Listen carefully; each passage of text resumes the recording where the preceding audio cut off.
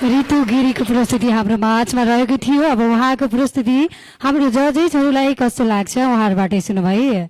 ऋतुजी नमस्ते। नमस्ते। गल्नुभयो के हो राम्रो थियो नृत्य, राम्रो थियो तपाईँको, मलाई त खुसी लाग्यो।